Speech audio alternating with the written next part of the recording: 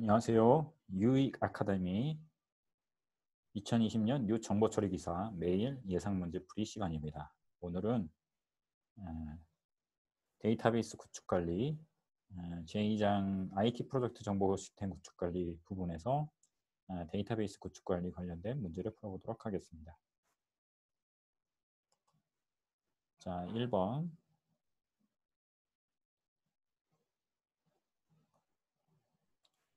자, 트랜잭션들을 수행하는 도중 장애로 인해 손상된 데이터베이스를 손상되기 이전의 정상적인 상태로 복구시키는 작업은, 그러니까 지금 이제 데이터가 이제 손상된 상태 이전에 정상적인 상태로 복구하는 복구 작업, 뭐 영어로 돼 있는데요. 복구를 영어로 하면 리커버리죠. 그래서 답은 리커버리 답이고요. 자, 리스타트는 이제 뭐 새로 시작하는 건데, 이제 이거는 데이터베이스 쪽에서는 쓰는 용어는 아니고요. 일단 커밋은 이제 뭐죠? 이제 소프트웨어적으로 이제 쿼리나 또는 데이터 처리한 것을 이제 물리적인 이제 공간에 이제 디스크나 디스크나 공간에 저장하는 명령이죠. 저장 처리하는 명령입니다. 그래서 커밋을 하면 실제 이제 쿼리나 이런 데이터 처리했던 것들을 소프트웨어적으로 처리했던 것들을 실제 물리적인 공간에 저장을 하는, 확정을 시켜주는 그런 명령어입니다. 커밋은. 자, 그래서 회복은 말 그대로 원래 상태로 복구하는 것을 의미합니다. 자, 데이터베이스에서 중요한 관리, 데이터베이스를 구축 관리할 때 중요한 몇 가지 기능들을 좀 살펴볼게요. 자, 우리가 트랜잭션에 대해서는 사실 이제 데이터베이스 과목에 따로 있으니까 이 시간에 이제 집중적으로 할 예정이고, 오늘은 이제 데이터베이스 정보 시스템 구축 관리를 하는 차원에서의 데이터베이스 구축 관리 부분의 내용입니다. 그래서 원자성, 트랜잭션의 특성에 4가지가 있는데 ACID, 그래서 오토미서티, 그래서 A, 그 다음에 일관성에서 C, consistency가 있고, 그 다음에 C, 그 다음에 격리성, isolation, 그래서 I, 그 다음에 지속성, durability 해서 D, 그래서 ACID가 이렇게 앞자 따서 외우도록 했었죠. 그래서 이 원자성하고 관련된 게 이제 DBMS 기능은 이제 회복 기능이에요. 그래서 어떤 트랜잭션의 원자적인 어떤 특성을 단위로, 트랜잭션의 단위로 어떤 특정 단위, 원자적인 어떤 특정 단위만큼의 트랜잭션이 만약에 실행이 됐다가 문제가 생기면 다시 완전히 실행 all or nothing, 그러니까 전체를 실행하거나 또는 아예 취소해버리거나, 2가지 기능을 해주는 그런 회복 기능이 있습니다. 그 다음에 이제 만약에 그 다음에 이제 일관성 부분은 이제 병행 그래서 어떤 트랜잭션이 병행해서 일관성 있게 처리될 수 있게 해주는 것이죠. 그 다음에 격리성은 이제 마찬가지로 병행 제거가 있어요. 격리성, 아이솔레이션. 그 다음에 지속성은 이제 회복 기능. 그래서 이렇게 DBS, ACID 트랜잭션 특성에 따라서 DBS의 기능이 있고요. 그 다음에 이제 데이터베이스 회복 기법, 리커버리의 기법 중에는 이제 로그 회복 기법이 있고요. 검사 시점, 미디어 회복 기법, 이렇게 3가지가 있습니다. 그래서 이 로그, 검사 시점, 그 다음에 미디어 회복 기법, 이렇게 3가지 회복 기법이 있는데, 이거 뭐 이제 내용을 설명하자면 굉장히 긴데 간단하게 얘기하자면 기본적으로는 다 이 세 가지 모두가 이 두 가지는 기본적으로 데이터 어떤 트랜잭션이 처리될 때는 기본적으로 처리되는 모든 내용들을 로그 관리를 해요. 로그로 기록을 한다는 거죠. 처리하는 내용들을. 그리고 그 로그에 기반을 해서 회복을 하는 거예요. 리커버리 하는 거죠. 그러니까 처리했던 것들을 다 로그로 기록했다가 만약에 문제가 생기면 다시 원복할 수 있게, 회복시킬 수 있게, 리커버리 할 수 있게 해주는 거죠. 문제가 생겼을 때. 근데 이제 즉시갱신 회복 기법이 있고 지연갱신 회복 기법이 있어요. 이 차이점은 즉시갱신이라는 것은 그러니까 로그에 기록도 하지만 그러니까 어떤 트랜잭션이 처리가 되면 그러니까 처리됐을 때 바로 갱신을 하는 거예요. 데이터 처리할 때 바로 갱신을 하는 거예요. 그러니까 로그 기록도 하고 갱신도 하고 바로. 그래서 즉시갱신 회복 기법 같은 경우는 처리되고 될 때마다 로그에다 기록하면서 갱신을 하기 때문에 회복할 때는 이제 갱신됐던 내용들을 확인해서 이제 그 지점으로 회복이 되는 거예요. 근데 지연갱신은 로그만 기록하는 거예요. 그러니까 이게 처리된 거를 트랜잭션이 다 끝나고 이거는 이제 여기 즉시갱신 같은 경우는 바로바로 즉시 이제 처리할 때마다 갱신하는 거고 적용되는 거고 얘는 이제 처리하는 거가 트랜잭션이 이제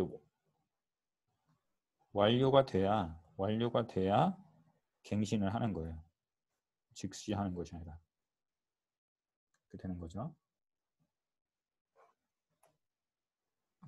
그런 차이가 좀 있습니다. 그 다음 검사 시점이라는 거는 로그로 관리하는 기법하고 똑같은데 어떤 체크 포인트를 두는 거예요. 체크 포인트. 체크 포인트를 둬서 그 어떤 특정 기간마다 체크 포인트를 둬서 거기에 이제 그 기업 갱신을 처리하는 거야. 체크 포인트마다. 그래서 회복할 때 이제 그 체크 포인트 쪽으로 최근에 체크 포인트 했던 지점으로 다시 회복하는 거죠. 미디어는 그냥 백업하는 거라고 보시면 돼요. 디스크를 아예 통째로 백업. 이걸 미디어라고 그러는데 통째로 백업하는 걸 말합니다. 백업. 자, 그 다음에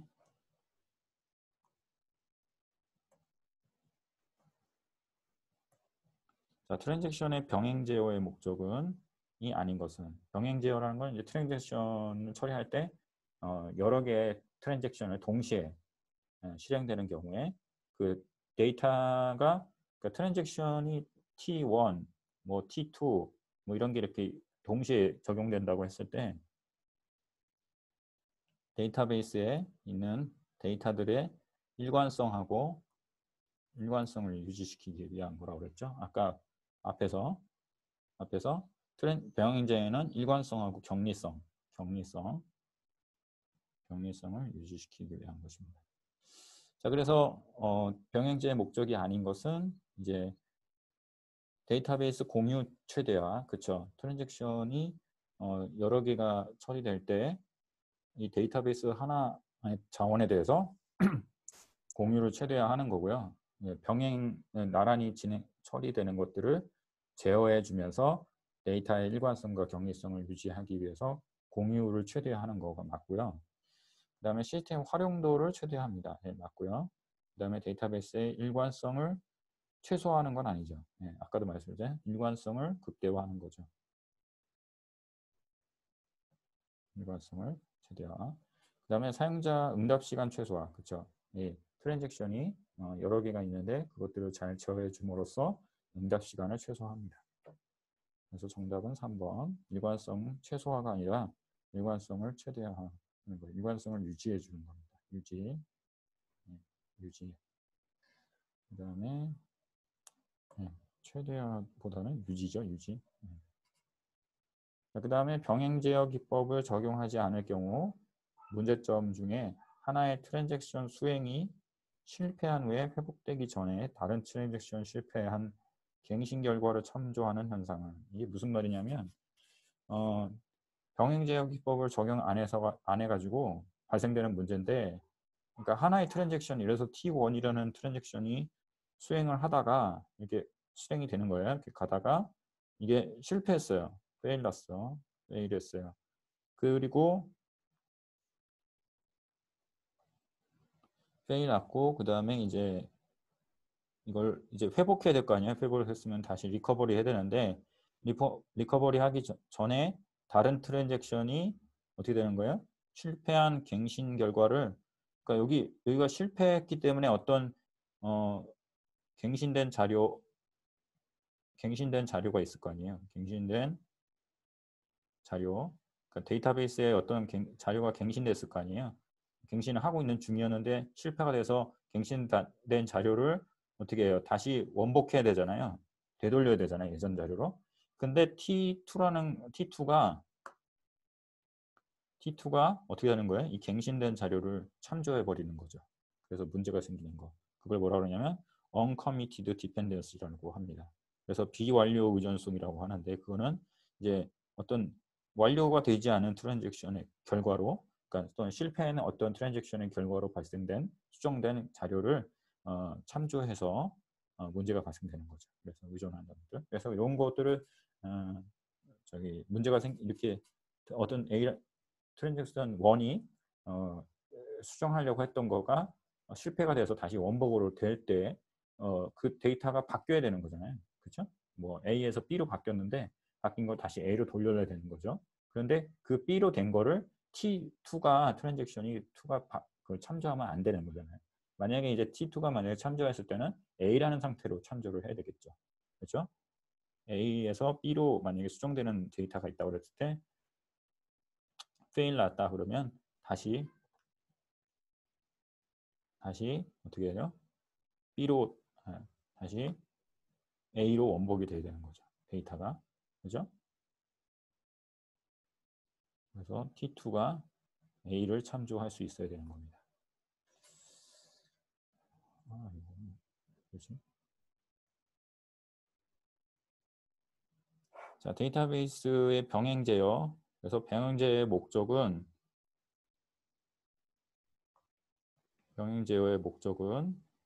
데이터베이스의 공유 최대화, 그 다음에 활용도 최대화, 그 다음 응답시야 최소화, 이렇게 참고해 주시면 될 것 같고요. 병행 제어의 목적은 뭐라고요? 데이터베이스의 공유 최대화, 자원을 공유 최대화하고, 왜냐하면 어떤 트랜잭션을 여러 개 병행 처리하는 데 있어서 컨트롤을 잘 해줘서 자원을 공유를 최대화하고, 시스템 활용도를 높여주고 응답 시간을 최소화해 줍니다. 그다음 병행 제어 기법에 의해서 트랜잭션 제어를 막을 수 있는 문제점, 어떤 문제점들은 이런 이제 갱신 분실, 그렇죠? 데이터가 잃어버린다든가 잃어버리는 문제, 갱신이 된 것이 잃어버린 문제가 되는 거, 그다음에 모순성, 트랜잭션 1과 트랜잭션 2가 데이터를 액세스를 하는 데 있어서 그 일관성이 무너지는 거죠. 컨시스턴시가 아까 일관성이라고 했잖아요, 그렇죠? 이게 무너지는 거, 그다음에 이제 연쇄 복귀. 그래서 어떤 데이터가 바뀌었을 때 같이 또 다른 데이터들까지 다 바뀌어가지고 다 롤백 돼버리는 그런 문제. 그다음에 비완료 의존성 문제, 아까 설명드렸고요. 불일치 분석 문제. 이거는 이제 어떤 일치되지 않은 데이터에 대한 분석을 하게 되는 문제가 되는 거예요. 이런 것들이 이제 문제점이 있을 수 있습니다. 그다음에 데이터 관리자의 역할. 데이터 관리자가 있어요. DA라고, 데이터 어드미니스트레이터의 설명으로 틀린 것은 사용자의 요구사항을 데이터에 반영한다. 사용자의 요구사항을 데이터에 반영한다. 맞고요. 표준을 정의한다. 맞고요. 모델 관리한다. 맞고요. 데이터베이스를 관리하는 것은 누가 한다고요? 이거는 이제 DBA가 합니다. 예, DBA가 하죠. 예.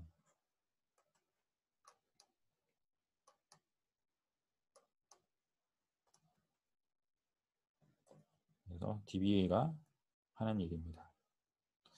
데이터베이스 관리는 DBA가 한다. 그러니까 데이터베이스를 관리하는 사람이 있고, 데이터 자체에 대한 어떤 표준 정의도 하고 요구사항 분석도 하고 모델 관리도 하는 것은 데이터 관리자가 하는 거예요. 그 다음에 데이터 표준화의 기대 효과, 옳지 않은 것은, 그러니까 데이터를 표준화했을 때 어떤 효과가 뭐냐? 효과가 아닌 것은 뭐냐 이거죠. 그 명칭을 통일화해서 의사소통이 증대된다. 이거 맞죠? 표준화하는 이유는 모든 사람들이 다 공통된 어떤 일치된 어떤 통일화된 그런 용어를 정의한다거나 그래서 표준화해서 모든 사람들이 같은 뜻의 의미를 가지고 전달할 수 있도록 하는 거죠. 그 다음에 필요한 데이터의 소재 파악을 소요되는 시간이 감소된다. 그렇죠? 왜냐하면 데이터가 표준화됨으로써 어떤 그 데이터를 찾는 데 있어서 액세스하는 데 있어서 시간이 감소됩니다. 그 다음에 형식과 규칙을 적용함으로써 데이터 품질이 향상된다. 그렇죠? 데이터가 표준화 어떤 특정한 약속된 형식과 규칙을 따름으로써 데이터의 품질, 데이터를 관리하는 데 있어서의 일관성을 유지할 수 있어서 품질이 향상됩니다. 데이터 표준 기준이 달라서 데이터 변환 시간이 증대된다. 표준화가 된다는 얘기는 기준이 일정하기 때문에 데이터 변환 시간이 증대되지는 않아요. 네. 오히려 데이터 변환이 감소되겠죠. 그래서 이게 또 시스템 간에 이렇게 하는 건 아닙니다. 그러니까 데이터 표준화는 어떻게 하는 거예요? 데이터 표준화는 시스템 간에 하는 건 아니고 전사적으로 합니다. 전사적으로. 그래서 변환 작업이 감소가 되죠. 왜? 데이터를 쓰는 데 있어가지고 전사적으로 다 통일화시키는 거예요. 그러면 데이터를 변환할 때 A 부서, B 부서가 다르게 어떤 데이터를 정의해 놓으면 데이터를 뭐 처리하거나 할 때 또는 변환할 때 그 문제가 생길 수 있거든요. 그냥 데이터 표준에 대한 설명으로 가장 거리가 먼 것은 데이터 표준은 데이터 모델이나 DB에서 정의할 수 있는 모든 오브젝트를 대상으로 표준화 수행해야 된다. 예, 맞죠? 그래서 데이터 표준은 데이터 모델이나 DB에서 정의되어 있는 모든 객체들을 표준화하는 것이 맞습니다. 그냥 표준 데이터라는 용어는 도메인이라는 것 자체가 원래 데이터베이스에서 컬럼을 의미하죠. 그 항목, 속성, 애트리뷰트, 요거에 대한 어떤 그 속성에 대한 어떤 카테고리, 범주를 말하는 거죠. 그래서 그거를 표준화한다는 얘기는 문자형, 숫자형, 날짜형, 어떤 이런 어떤 데이터들의 집합들의 어떤 유형들, 형태를 데이터 타입들을 컬럼으로 성질에 따라 그래픽하는 게 표준화하는 표준 도메인이고요. 표준 코드는 선택할 수 있는 값을 정형화하기 위해 기준에 따라서 이미 정의된 코드 값이다. 예, 맞습니다. 코드에 대한 표준화하는 거죠. 그다음 표준 용어라는 것은 용어는 이제 업무에 사용하고 일정한 의미를 갖는 최소의 단위 단어다. 단어하고 용어는 좀 달라요. 그래서 표준 용어는 어떤 단어들이 모여서 어떤 그 자주 사용하는 그런 빈번하게 사용하는 그런 용어들에 대해서 표준화하는 거고 지금 이 설명에 대한 내용은 표준 단어에 대한 설명입니다. 표준 단어. 네. 자, 그래서 4번이 이제 거리가 먼 거죠. 그래서 회원, 구분, 코드, 뭐 아이디 이런 것들은 최소 단위의 단어, 표준 단어라고 할 수 있고 회원 구분 코드, 회원 아이디 이런 것들은 단어를 조합해서 구성하는 표준 용어라고 할 수 있어요. 그렇죠? 용어는 이제 단어들이 이렇게 묶여서 이렇게 의미가 가져져 있는 걸 말하는 거고 회원 구분 코드 아이디 이런 것들은 최소의 단위의 단어죠. 단어. 그렇죠? 그래서 표준 단어와 표준 용어의 차이점을 알고 계시면 좋겠습니다. 자, 이렇게 해서 빠르게 데이터베이스 관리 부분에 대한 문제를 한번 풀어봤습니다. 사실 데이터베이스는 따로 과목이 있으니까 그 과목에서 또 집중적으로 설명을 드리고요. 오늘은 이제 가볍게 데이터베이스 관리 차원에서 문제를 풀어봤습니다. 네, 감사합니다. 다음 시간에 또 뵙겠습니다.